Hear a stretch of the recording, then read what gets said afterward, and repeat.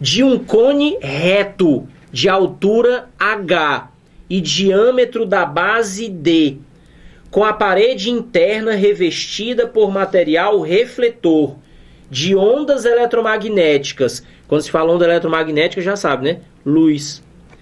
Retirou-se a base. Bom, agora deixa eu visualizar. Se ele me diz um cone reto que tira a base, eu estou lembrando das aulas de geometria plana, ok? Quando fala um cone reto de onde tirou a base. Isso não é um chapéuzinho de aniversário? Ah, sim. E ele diz que a parte interna do cone é refletora. Então já me faz pensar que ele vai jogar luz dentro desse cone. Bom, sobre a superfície refletora incide um raio de luz paralelo ao eixo do cone. Deixa eu ir criando o meu desenho. Ele disse eixo do cone. Então o eixo do cone fica aqui, ó. Estou apelando para minhas aulas de geometria espacial, hein? Ele diz: um raio de luz incide na superfície interna paralela ao eixo do cone. Então é isso aqui que deve acontecer. E eu vou até me arriscar mais. Ele disse antes que a superfície interna era refletora. Bom, o raio refletido tem direção paralela ao raio incidente. O que acontece? O raio refletido tem direção paralela ao raio incidente. Então, ó, o raio refletido sai paralelo. Então, vamos imaginar que ele teve essa reflexão aqui, ó. Ok? Lembrando uma coisa que eu disse agora há pouquinho. Em ótica, por todo ponto de incidência, sempre passa uma reta normal. Normal, que significa perpendicular à superfície de separação. Nesse caso, ela serve para indicar o ângulo de incidência e o ângulo de reflexão. E aí, lembrando o básico de ótica, o ângulo de incidência e o ângulo de reflexão são sempre iguais. Eu disse sempre iguais. Então, isso tanto vale daquele lado do desenho, quanto vale desse outro aqui. Já estou logo imaginando uma coisa aqui, então, interpretando a geometria do que ele me disse. Se o raio de luz refletido é paralelo ao raio de luz incidente, significa então dizer que esse ângulo aqui, ó, é de 90 graus, já que se trata de um cone reto. Ora, se se trata de um ângulo de 90 graus e ele aparece dividido em dois ângulos, que é incidência e reflexão, que são iguais, então significa dizer que incidência mais reflexão, valendo juntos 90 graus, quer dizer então que sendo iguais, cada um deles vale 45 graus. Estou tirando todas as informações que eu consigo a partir da figura que eu estou construindo. Vamos terminar de ler o texto e ver o que ele pede. Para que isso ocorra, as dimensões do cone devem satisfazer aqui relação. E se você olha para os itens, ele quer a relação entre D, o que ele disse que era D? O diâmetro da base do cone, e H, que é a altura do cone. Se a gente olhar para o nosso desenho, onde é que está o D e onde é que está o H? Vamos dar só uma limpada aqui. Nessas questões o desenho é fundamental.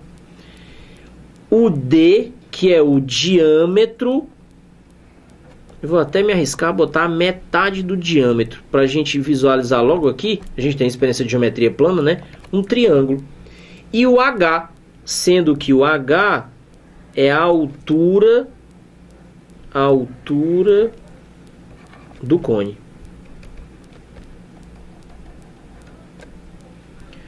Se não, vejamos.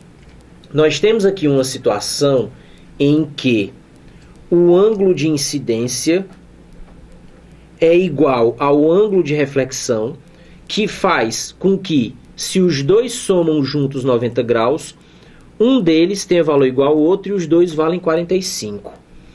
Ora, o ângulo lá de cima, já que ele falou do eixo do cone, vamos chamar esse ângulo de θ. Se ele disse que o raio de luz incidente é paralelo ao eixo do cone, observa que esse ângulo aqui, ó, também vale θ.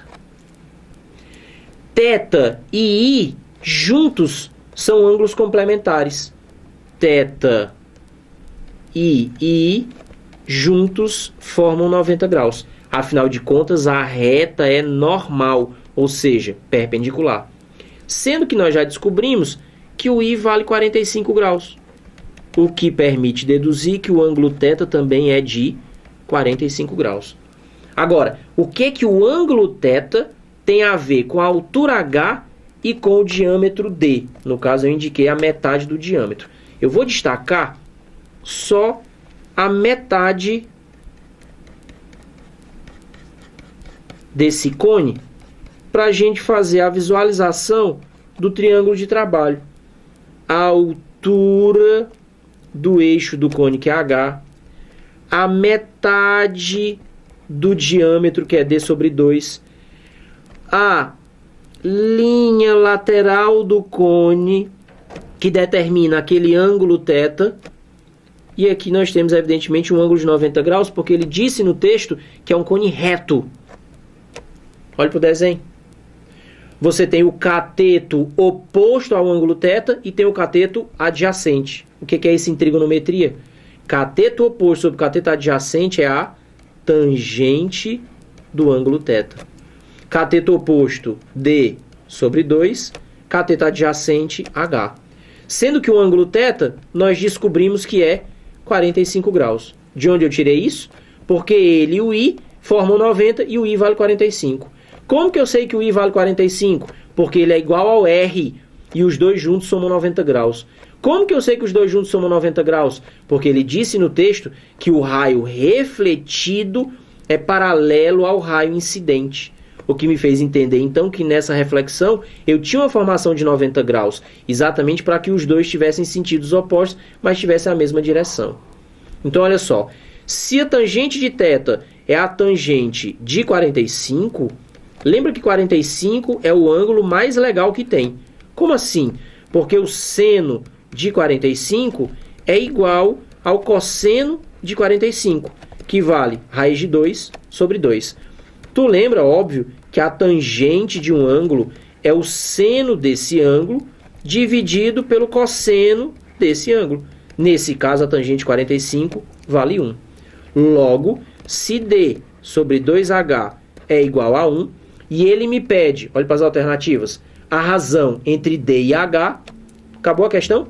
Nós teríamos, então, D sobre H igual a 2. D sobre H igual a 2 vai me deixar com a resposta correta, a alternativa A. Essa seria a relação entre o diâmetro do cone, que teria que ser o dobro da altura dele. Então, na verdade, aquele desenho que eu fiz foi fora das proporções. Observa ele. Se eu descobrir que o diâmetro tem que ser o dobro da altura, então, para tentar fazer ele em escala, repara que esse meu cone, ele teria que ser bem mais largo do que alto.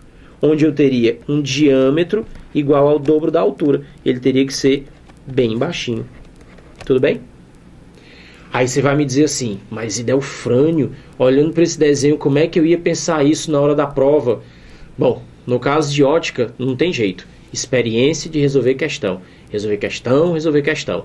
Ótica geométrica. Então acaba sempre virando uma questão de geometria. Vai aparecer lá uma trigonometria, vai aparecer uma semelhança de triângulo, vai aparecer retas paralelas cortadas por uma transversal e por aí vai. E a UES não poupa ninguém. Na segunda fase, sempre aparecem questões de ótica que pede um pouquinho de destreza em relação à geometria. Ok?